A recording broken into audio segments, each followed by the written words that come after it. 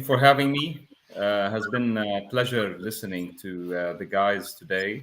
Definitely inspiring speeches and subjects.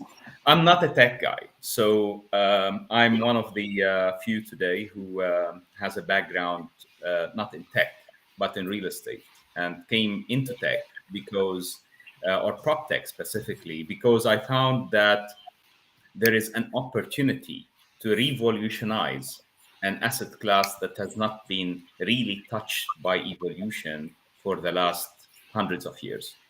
So, how and why is what we will discuss today. And mainly, what we will talk about is the impact that we can create, that you can create with the tech that you're putting together, that every single one of us is working towards. And how sustainable is that? The impact on our communities, on our societies, the financial impact, as well as all other kinds of impact that can be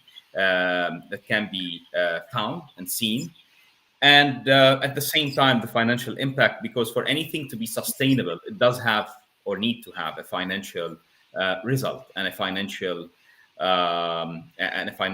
benefit to everyone around the table. I'll share my screen. I will not be able to see your messages. However, I'm sure we'll get back to them in the end of our discussion. And I look forward to intrigue you. So first, I want to start by thanking every single person um, who's in tech, who's working to tokenize asset classes, and who's working towards tokenizing real estate specifically. Um, I'm Makram Hani, and I'm part of the Blocksquare family. And today I represent Blocksquare. Alongside Blocksquare, I'm the founder and CEO of Arms and McGregor International, that has a partnership with Blocksquare to create an impact, a bigger impact, and grow it beyond certain geographies. Um, what do we do at Blocksquare? At Blocksquare, our target, our mission is to empower businesses and individuals, stakeholders in the real estate industry, to sustainably impact households and communities. At the same time, grow a financial benefit, an economy of scale around an asset class that is already huge. It's a $600 trillion asset class. Some would argue it's 300 trillion, but that depends on bust or boom. So to impact real estate and change real estate in our eyes, how we transact it, how we buy it, how we sell it. So what we provide is a white label platform. It's a SaaS model, very easy to access and to integrate, and very easy to start having a marketplace that you run with your brand. Run you very briefly through the company. I will tell you it's three founders with backgrounds in business, product development, tech, legal, sales. And obviously, you put them together with enthusiasm to real estate and blockchain and all blockchain-related technology, specifically tokenization. You'll get out with a brilliant platform. What we have that differs from what others are offering today is something that we will discuss today as well, because that ability of ours to again empower companies and individuals is major and is important to us. Today we'll approach it, as we said, from a side of impact and sustainability, and we will discuss how does tokenizing real estate, or real estate 6.0 in general, and tokenizing is an element of real estate 6.0. And I'll tell you now what is real estate 6.0 for people who don't know it. How does it impact the sustainable development goals? And that's inspired, by the way, by Expo 2020, which Dubai hosts, and thanks God is running in a great way. So when we partnered together, Blocksquare and Arms and McGregor, when we partnered together, the thought for me was the following. There is no logic that asset classes that are much more complex, similar to companies like Alphabet, like Beta, can be sold overnight in a portion of a second, can be transacted very easily, and simply can be valued properly with proper metrics that are standardized worldwide, while a simpler asset class to run, a simpler asset class to transact, a simpler asset class to understand, an asset class that impacts every single one of us. No one does not have a relationship and interaction with real estate. Um, so it's not logical that such an asset class cannot be transacted in the same way, with the ease of transaction, with the speed of transaction, and in a way or other with the dynamics of the transaction. By the way, I just discovered that probably some of you are not seeing my screen, so I will try again to unshare and reshare, because it seems that till now we haven't seen my screen, or some of you haven't. I hope that now it will work well for everyone.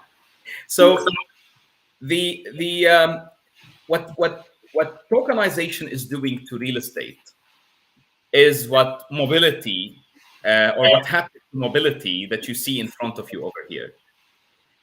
It's revolutionizing every element of it. And when I say real estate 6.0 is a revolution to the asset class, is a new asset class in real estate, it's because when we change the characteristics of the asset class, a new asset class evolves. And this is what we're talking about over here. How do we change the characteristics of the asset class? We change them by making a property that is usually, as we said, bulky, that's usually, as we said, um, difficult to transact, making it liquid, making it easy to transact, making it a perfect asset. And here we see the benefits of tokenizing real estate. And now we talk about currently there's pros and cons of the asset class real estate. Some of the pros is that it's tangible, it's an efficient, it's an inefficient, and that's part of the cons. It's a non-liquid asset class. It's capital intensive, and it's not accessible to everyone, as well as it's an imperfect asset class. So you don't have a consistent valuation model that is followed. When you tokenize real estate and you apply elements of real estate 6.0, you will have an asset class that has all the pros of real estate, but also pros of other asset classes similar to equities or commodities, because it stays tangible, it becomes more efficient, more liquid, it becomes more perfect. You can understand it. We standardize the terminology, we standardize all elements of it, so it's easier to understand, and we will be talking the same language in real estate everywhere in the world, exactly how any of us today would look at an Apple stock and would understand it in the same way, regardless of his language and where he comes from. So how do we impact our communities through that? First is no poverty. So today, to allow people living in poverty a breakthrough, you need to change them in a way from consumers to investors. You need to change them from tenants to landlords in our language for real estate people and for real estate professionals. How do we do that? When we tokenize a property, we allow them access to own that property, because rather than needing $100,000 to access a property, they will need $1,000. They will need $500. So anyone with an income of $200 in a poor country or a poor city or a poor village can have access to real estate, can become a partial owner of his house or beyond, and can grow this without needing excessive amount of money. What this does is, first, it allows people the privilege of ownership. It helps them financially, but it also helps them on other ends, because it allows stability to a family. It allows stability to a community, and thus it allows stability to the society. So that impact on poverty is the first of our impacts touching on sustainable development goals. The second is the impact on gender equality. And when we talk gender equality here, everyone talks about the difference in earning power. Thankfully, we know that it's not what you earn. It's simply what you save and invest, because earning more or less, if you save the same and you invest that amount, and you invested prudently, you would probably end up in the same position, sometimes better for people who don't earn more and spend more.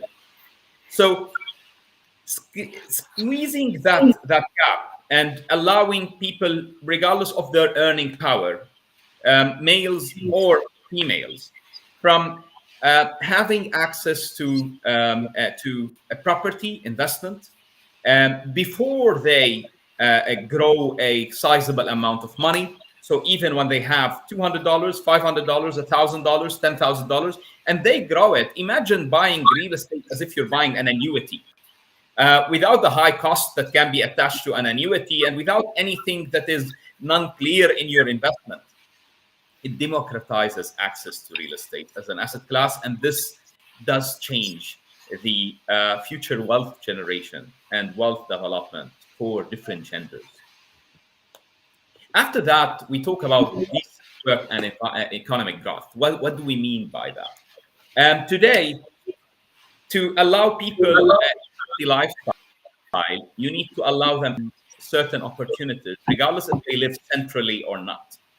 Now, the minute that you allow investing to become a communal act, community deterioration will reduce. What do we mean by that? Rather than having communities emerge full of rallying towards cities, you will allow fundamentals for communities to be able to develop and grow in work environments that are healthier, in work environments that are less crowded, and it allows working opportunities in rural areas and non-central districts. And those are key elements that impact the health of our societies again and of our community, empowering them with more economic growth and better work environment, thus better mental, emotional, and financial health.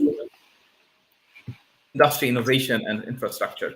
Um, when we want to build a metaverse today, or anything related to Web 3.0, or new tech, it costs so much.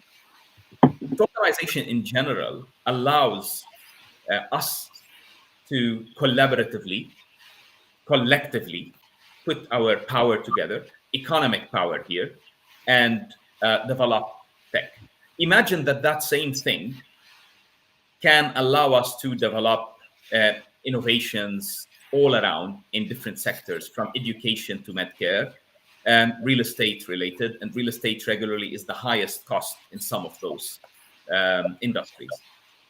Imagine that we can collaboratively, similar to how we put our hands together now, we crowdfund or we sell tokens to raise funding for a tech project. Imagine that we can do the same to build a bridge, to have a school built, owned, and community run. And all of this is through tokenizing real estate and allowing everyone access to be part of that. I believe this will be a revolution. It will be exactly similar to the craze that took place with ICOs some time ago. Why? Because it excites people to be part of something meaningful, not only something meaningful to them, but meaningful to their societies and future generations. It touches their sons and daughters, it touches their future. So that's the part that's very exciting. We'll not expand on it now, but it's definitely subject to discussion every day. Reduces inequalities. And when we talk about gender inequalities, we can talk about inequalities in general.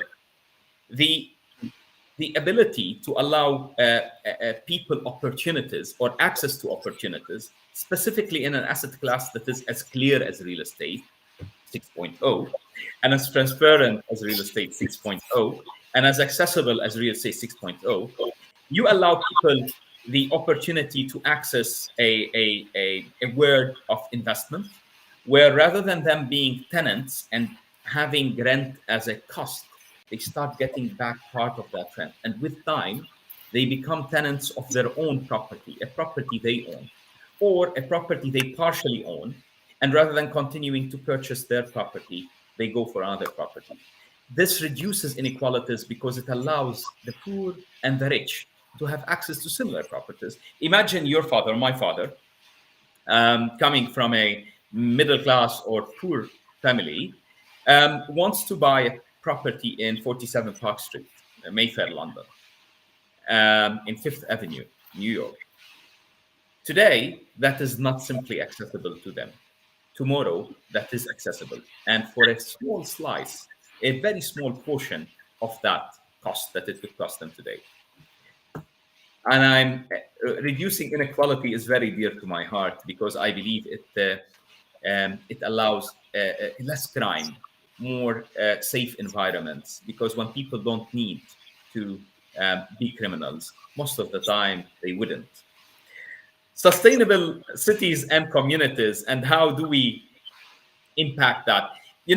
Financial strain is a giant strain. And in general, if you watch movies, you will see that most divorces start by financial issues. And most financial issues have in them an envelope with a foreclosure notice for a house.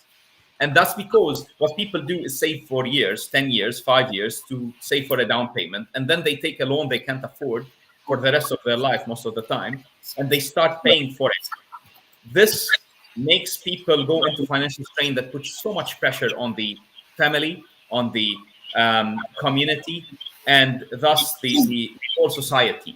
So allowing people access again in an easier way, and allowing people to liquidate out of that also in a very easy way. So I'll give you an example. In Blocksquare, and now Diet mentioned Ocean Point. Ocean Point is a protocol that allows you, if you're tokenizing with Blocksquare, tokenizing your property, you will have the ability to swap your tokens within Ocean Point in a DeFi liquidity pool into a stable coin, let's say DAI, thus liquidating a portion of the asset that you would need at any moment of time.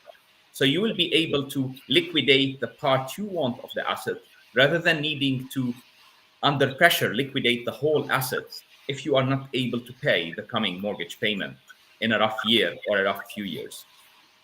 And this seriously has impact on everyone around real estate. Now, to achieve all of that, it's not without challenges. The challenges start from the need of parties to work together from the public sector, private sector. So first, to educate everyone. It will need public and public sector to work with each other because unfortunately for us in real estate, if we want to tokenize real estate, we need to deal with at least two regulators: the financial regulator and the land registry, the land registrar, which are very strong regulators regularly in every country. Now, if you have an Uber and you're getting into a new nation, you would deal probably with the lobby of taxi drivers. But here we deal with much more powerful parties. So public partnership, which is authorities talking to each other, working alongside each other, realizing the benefits of what we're doing to the whole community and to the economy, and to the sustainability of that, because you create a financial impact and you can sustain that afterwards, is very important. And here comes the partnership that Arms and McGregor and Blocksquare have done. And as a member of Blocksquare family today, I'm so proud of that, as well as the founder and CEO of Arms and McGregor, because I believe it impacts everyone. Now, how does it impact everyone? I'll not take it longer than here, guys, because I believe there's questions that we would need to answer. But I would tell you that we are ready to assist you with anything you would require in Blocksquare to launch your marketplace fast enough and start impacting a community you're part of. We not only develop tech, but we also develop the know-how so that you have the right governance and so that you have the right approach and the right understanding of the community, needed to impact the community. Thank you again. I'm here for your questions. So we'll look forward to hear any questions and to see any questions and to answer them.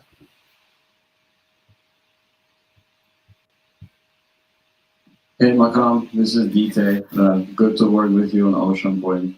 I just wanted to ask, since you're in the real estate for a long time, working in multiple, in a very global way, I was wondering how it is different to deal in real estate, let's say, in the area where you are based versus like in Europe versus in US? Are there a lot of transferable points? Is it kind of the same thing or it's completely different beast? Thanks.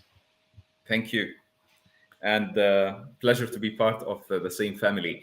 I believe that our regulators in the UAE, I'm in Dubai. Um, our regulators are so motivated to approach the future. We're a young city. We're a young set of laws. We're evolving every day. Our regulator is more welcoming. So, and that's why you see now the Run Towers, DIFC, Dubai International Financial Center, and the surrounding legislative jurisdictions, just because it's more welcoming. And they have, for example, now brainstorming sessions every week or so with parties who are either coming new to the market to on in blockchain technologies mainly, and also in tokenizing of real estate to be able to adopt and adapt technology and legislate for us so that we can have a clear framework to work within. Because anything non-regulated cannot fly, and I'm a fan of regulated stuff. So if we can make that regulated, and I'm sure we can, that would be great. Now, is there transferable points? I am sure there is transferable points, yet because of the nature of the regulating in general, regulators are driven by fear rather than greed.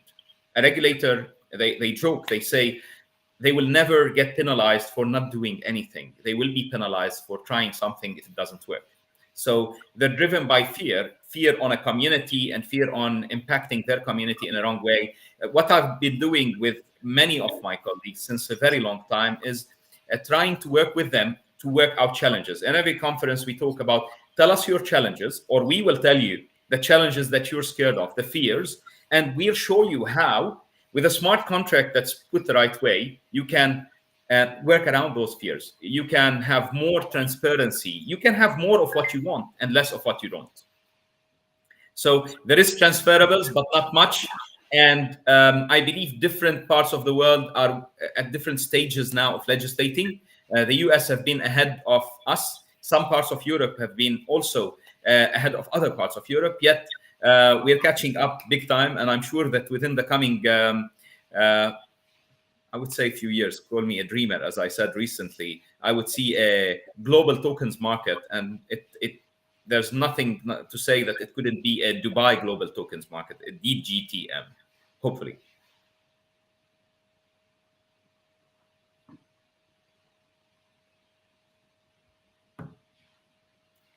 Any other questions? I'm sorry, I can't see the questions. So if there is any questions, please feel free to throw them at me because I'm not seeing them. So hopefully I can hear them.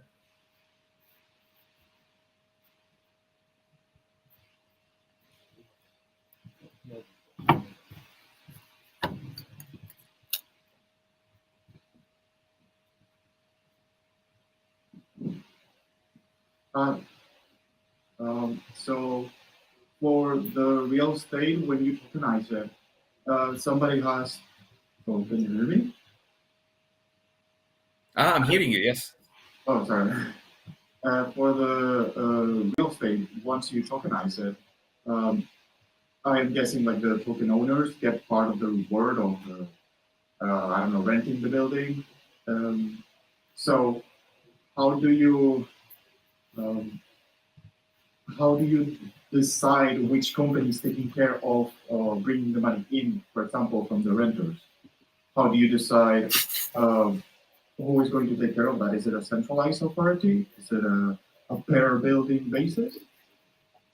Okay. Thank you for your question. Amazing question. So I'll simplify things. Exactly how we do today in a real estate situation where me and you are partners in a property. We regularly have a property management company that has standards that it runs by, has bodies that it reports to, reports the transactions, and it's audited. And then this is distributed to you and me through a central system. We can have the same done through a non-centralized system. So the idea is that the fundamentals of the industry stay the same. It's still the tangible asset, and your ownership of a token represents an ownership in that standard asset, in that tokenized asset, in the underlying tangible asset. And it will be run by a management company, which currently needs to be centralized, yet the operations can be decentralized. The back end of that can be decentralized. And then distributions can start centralized and end decentralized. So there is that link between on chain and off chain in the operations on ground. Yeah, that it looks like, yeah, every step of the way looks like a lot of effort. So good luck. Thank you. Thank you. Thank you, Trish, for your comment. I believe that everything should have two sides. Yeah, the human side, because all tech is not a fancy thing that's made for tech. Tech is there to empower all of us and to help us all become better human beings and live better lives. So that's why and at blockchain we do believe in that. Blocksquare, we do believe in that. At Blocksquare, we do believe that blockchain should revolutionize everything in our lives, and it's not an end result; it's a tool to an end result that's much greater.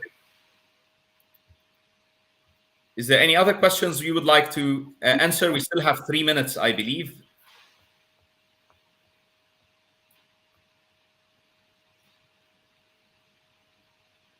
So I would like to thank you all. If there is no other questions, I would like to thank you all and tell you that going towards tomorrow with Blocksquare becomes easier because we can allow any individual on any company to get a marketplace and start again impacting the community in a very important way and impacting themselves financially. So get in touch with us.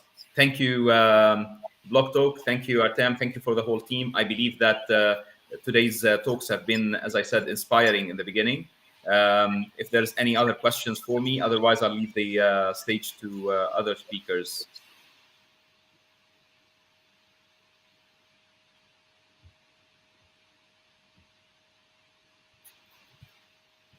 There's a question that reached me now about NFTs in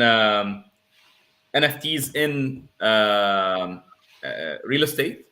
And beyond the craze of NFTs today, I am sure that NFTs do have a position or a place in real estate and in the in real estate environment. I do believe, however, that probably not all the uses that we are seeing today are the ultimate uses of that piece of tech. Within the coming few years, I'm sure that we will have NFTs integrated into many of the processes, and as well as all other advancements that are happening today. Another question about metaverse that came also. What do we do, or how is metaverse impacting the real life assets that are outside the metaverse? I believe that's part of the general. That's part of the general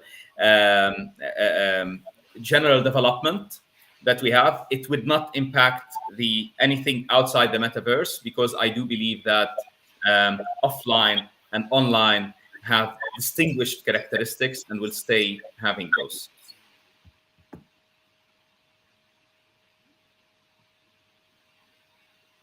So we have Rakesh here saying, I think real estate board should authorize tokens for property owners so that they can sell real estate on blockchain. Rakesh, I don't believe it will start by allowing every individual, but I believe it will start by allowing regulated entities, which is currently the situation. So allowing those entities to be able to tokenize and sell those tokens. And I don't believe secondary trading of tokens will be allowed in the first stage, but that's for stages to come. And then we will develop to those with time.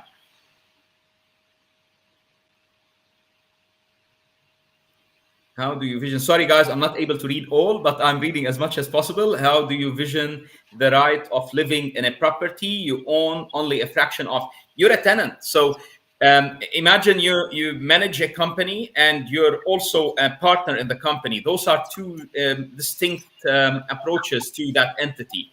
The property is an entity. You live in it as a tenant and you own a part of it. You're paying yourself part of the rent. That's a different dynamic, but it's simply manageable. Tell us what economy of metaverse would look like. Economy of metaverse. Look, I'm not versed in metaverse, but I would tell you the following. I believe that metaverse will impact education big time. Metaverse will impact medcare, will impact our lives, our future generations, because of the applications that are possible. Imagine that you can have the children live every experience that you would make them live outside today within an environment that's approximately controlled. So I believe there's so much opportunity there. What the economy would look like, I believe that it will be similar to real life economy today, but it will be translated in the digital world. And I believe we're there. We're very near.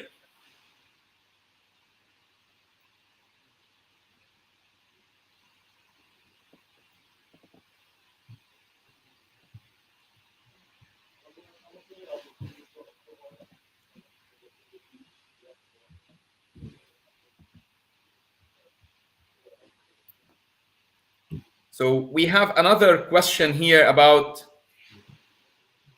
can people tokenize property in Dubai now?